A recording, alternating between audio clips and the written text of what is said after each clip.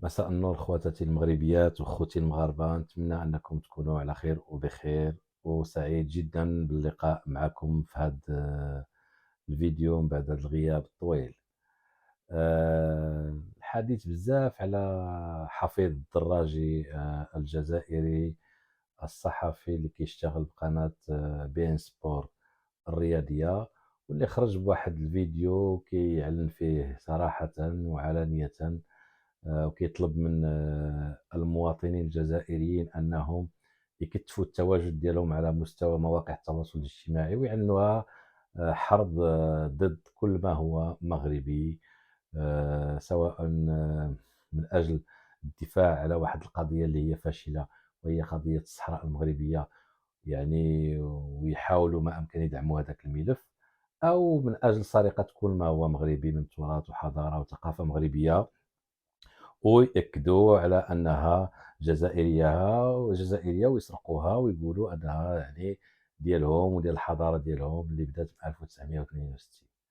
المهم، خصنا نعرفوا حنا كمغاربة أننا هاد الناس وجعناهم بزاف، وكثرت ما كنوجعوهم بزاف وكنضروهم بزاف كينبحوا بزاف وكيغوتوا بزاف. انا نقدر هنايا لان ما يمكنش نبقى عاقل على كل شيء، ولكن هي في هذه الفتره هذه الاخيره، هاد الشهور الاخيره كاين بزاف ديال الحوايج عرفتها المملكه المغربيه، وكاين بزاف ديال الحوايج عرفتها الجمهوريه الجزائريه. وداك الشيء اللي عرفته المملكه المغربيه الحمد لله كله نجاح في نجاح، وداك الشيء اللي عرفته الجمهوريه الجزائريه راه فشل في فشل.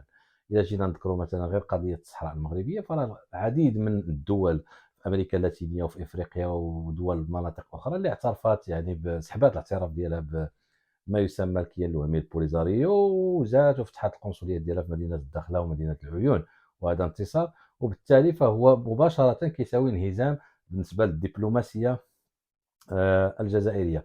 والحديث على الدبلوماسيه كيجرنا اننا نقولوا بان المغرب هذه الايامات هذا الاسبوع هذه فاز بواحد الجائزه كبيره ديال احسن دبلوماسيه في منطقه مينا. ومنطقه مينا راه كتشمل بيان سور دول المغرب العربي ومصر، ودول المغرب العربي راه كنقولوا الجزائر، وبالتالي هذه خساره اون باراليل بالموازاه، يعني خساره للدبلوماسيه الجزائريه وخساره كبيره. والدليل ان هذه الدبلوماسيه خساره، يوميا كنسمعوهم بدلوا وزير الخارجيه. اليوم راه تبون عفا بزاف ديال المسؤولين كبار والمستشارين ديالو، ومنهم هذاك البلاني اللي مستشار ديالو في قضيه الصحراء المغربيه. تصور بنادم يكون خدام معك بهذه الدرجه، وانه يدير مستشار ويتخلص غير على قبل واحد القضيه باش يقسم واحد البلاد. ولكن هيهات هيهات ما تقدرش تقسم المغرب، صعيب صعيب، لان تما حضاره وتما ناس كيخططوا وتما واحد الدبلوماسيه وتما واحد النظام ملكي قديم، قديم بزاف وعارف اش كيدير. ماشي دراري صغار كيحكموا البلاد غادي يجيو ويدخلوها في متاهات. راكم دخلتوا في متاهات كبيره مع المغرب، وكنظن راكم غاديين يعني بواحد الطريقه قويه وسريعه من اجل تقسيم الجزائر. انا كنقول هذه القضيه انكم تتجهون نحو تقسيم الجزائر، وانا اتمنى من كل قلبي ان تقسم الجزائر باش تعيشوا المراره ديال داك الشيء اللي كتحاولوا ما امكن تعيشوا فيه الشعب المغربي، واللي ما عمركم غادي توصلوا له. هذا من جانب. من جانب اخر نبغي نذكر لكم هنايا مثلا فاش كتسمع ان امينه سلمان هي مغربيه وتم اختيارها من اجل تمثيل دول المغرب العربي في الاتحاد الافريقي. الاتحاد الافريقي ما اختارش شي واحد من عند قيس سعيد في تونس، وما اختارش من ليبيا، وما اختارش من موريتانيا المنافقه، وما اختارش بيان سور من دوله الكبرانات. اختار من المملكه المغربيه. علاش؟ لان كيبحث على واحد الشريك موثوق فيه، واحد الدوله اللي عندها قوه وعندها صوت مسموع على المستوى الافريقي وكذلك على المستوى الاوروبي وعلى المستوى العالمي. فما غاديش يجيبوا وحده ولا واحد من دوله ما كتوفيش بالكلمه ديالها وبالعهود ديالها وبالاتفاقيات ديالها. هذه من جهه. من جهه اخرى كنشوفوا بان الملك محمد السادس هذا الاسبوع البارح دشن اكبر مستشفى ديال في منطقه في مدينه طنجه،